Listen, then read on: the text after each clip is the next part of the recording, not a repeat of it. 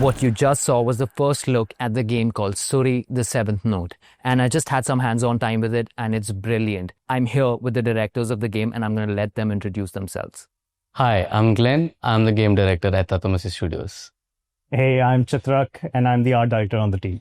All right, let's get started. How did your studio come about? All right. It all started during COVID, where all of us were confined to our homes, and then everybody needed to find a new hobby. I was working as a data scientist at that point, and then I felt that, gaming was something that I always wanted to do, right? I wanted to make a game ever since I was a child. I thought, sure, I'll give Unity a shot. I'll see what I can do with it. And then it turned out pretty well. I followed a couple of tutorials, made a couple of toy games, and I felt that I could really try to do something. And then I called a couple of my friends and I said, hey, I know you guys are also stuck at your homes and things like that. Maybe we should, try to make a game. And they said yes. And then we started making small prototypes. It was always a 2D game. Then we reached a point where we felt that, hey, we have just enough skill and an understanding to try to attempt to make a game. Yeah. But then we were always missing that X factor, like something unique about a game that we could actually pitch to somebody, right? It is at that point that I started watching a lot of Sekiro playthrough videos, and then I was just super interested in these 100% hitless videos, right? Where the combat just feels like music when you're doing it really well. Yes. And we thought, hey, why not make a 2D version of that? So it is at that point that we thought, hey, there is something here. We should try to make more out of this concept, right? And that's essentially where it all started. Okay, so aesthetically, what were your inspirations? So when we first started the game, we were really inspired by the Indian aesthetic, right? And when we look at all the games that we have grown up playing, we usually see a lot of Western influences, or even if it's Eastern influences, they're mostly in the, not from India. And we wanted to put in some of the things that we grew up looking at. Like, so, for example, the Rajasthani Rajput architecture is something that we really love. Dravidian rock cut temples. We even have like Sikkimese architecture in our game, or Theyyam architecture there, right? Culture more than that, right? Right. What is the core gameplay loop like? What do we do? All right. So Suri the Seventh Note is a rhythm platformer, right? What that means is the world of the game shifts, transforms, moves, does whatever it has to do to the beat of a rhythm, right? So there is a specific rhythm that goes throughout the game, right? And there are these things in the environment that change or essentially transform. Right. Based on this rhythm. Now, you as the player, how do you progress through this game depends on really understanding how the world moves to the rhythm. Okay. Right? So our game is a bit like Celeste in the sense that you've got a screen and then you've got to get from point A to point B, right? But figuring out how to go from point A to point B requires you to actually listen to music, because the things, there are traps that move, there are things that will kill you, there are things that would, get you from point A to B within this overall journey of getting from point A to B, right? And your goal here is to find a path through this without really dying, right? Now, if you have to do that, you have to listen to music and then plan your steps, right? So you know that, hey, if you start here and then you make a jump, you land here. Yeah. Right? But you have to land when the thing gets here, right? Yes. And for that, you listen to music and then you anticipate. Yeah. There aren't multiple approaches to this level. The difficulty or the ceiling for mastery really comes from executing this plan masterfully. Right. You could do it by going offbeat a little bit. There is sufficient tolerance for you to do that also. However, the game feels the best where you are in tune with the music and then you are taking every action on beat, and it feels amazing when you do that. There is a sense of flow here. Okay, so narratively, let's talk about the narrative of the game. Could you tell me something about it? What's the setting and everything?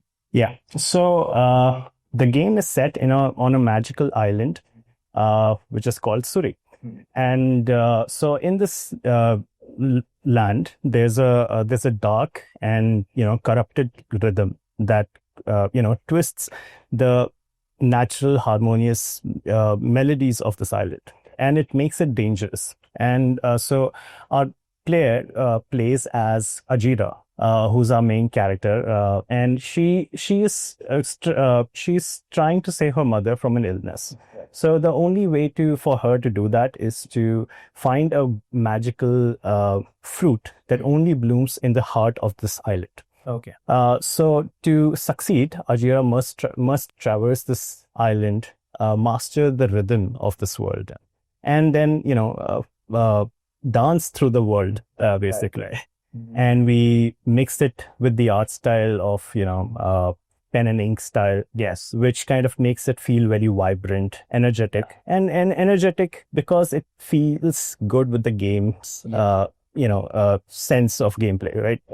So these are the things that we wanted to bring into the art style, and together they form what it is right now. It's beautiful from what I've seen. What features does the game have, like that exclusive to the PS5 or the DualSense controller? Okay. It's great that you brought up the DualSense controller because one of the driving aspects of design in our game is rhythm haptics. Right? What that means is it's a rhythm game. Right? I hope that's clear by that time right now. There are 3 tiers to rhythm that we are designing in our game. Like the first is obviously the sound aspect of it, where you can just listen to it and figure out like there is a rhythm to things that are going on. There is a visual aspect to it also. You must have seen some of it when I just did. Yeah.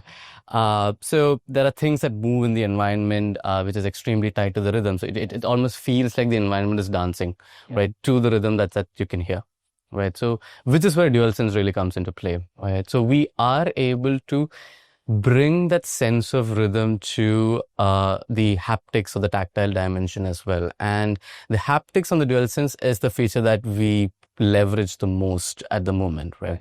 So in a nutshell, we want you to be able to hear the rhythm, see the rhythm, and also feel the rhythm, right? And that is what's and the DualSense is essentially what unlocks that third dimension. Good stuff, dude. All right. Okay. Now, what about the platinum for this game? Before the platinum, how hard is the game going to be? From what I played right now, it seemed a bit challenging. But how hard is it going to be? This is a point of contention between all the different designers we have on the team, right? Okay. All of us are suckers for hard games, right? And I've mentioned Sekiro before, right? However, the way that we're designing the game is to keep it approachable so that the main campaign of the game is not that difficult. Right. It is not going to be a walk in the park for sure, right? The game will test you. You will have to show that you've learned the mechanics and you've figured out how to do it, right? The game will ask that of you. However, it won't be a punishing experience just to finish the game. The platinum, however, is going to be a different experience, right? All that. So I'm sure that there would be achievements for doing the entire thing, let's say, hitless, right, or without dying. that is going to make the platinum a whole different ball game altogether. From what I played right now, I can only imagine, dude. All right, okay. Let's move on to the PlayStation India Hero project. How did this integration come about? All right. So I already talked to you about how I got the idea for a rhythm platforming game, and then we were prototyping ideas around it. We were making a couple of levels and then see if it pans out really well. So one day I was just scrolling Twitter, right? And I saw that somebody else had retweeted PlayStation's tweet about India Hero project. Right. And it felt that, things had aligned at that point. It felt like, hey, maybe we should apply to this. We have something nice. Right. It may not be a game at this moment, but it's still a prototype that has something great going for it. So we felt that maybe we should apply, and then we just applied. Okay. How has this integration helped you guys? Oh, it's been amazing. PlayStation India Hero project team essentially took a ragtag group of people, and then they've made a studio out of it. Essentially, that's how I'll put it. Right. They help us with development funding. Of course, that's one of the most important aspects of it, because without that, the game would never exist. On top of that, there is a lot of mentorship that goes on, right? There, the support staff that PlayStation has assigned to us, the kind of people they bring from outside to help us understand certain concepts, the kind of mentoring that they do, it has actually been really, really helpful. Okay. And initially we felt that it would just be limited to making a build on the PS5 and then just that, right? They have a vision to sort of bring a studio up from where they are to be a really world-class studio that can produce world-class games, right? So they help us a lot with feedback about our design, or about our production pipelines, our processes, all of these things. But it might sound like they interfere quite a bit, but it actually is not the case, because they understand our vision and they let us do it. Essentially, that's how it works, right? Thanks for your time, and do let everybody know where they can follow you guys. You can follow us on Twitter and Instagram, and you can find information here.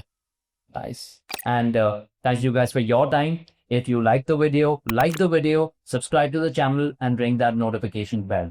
Bye. PlayStation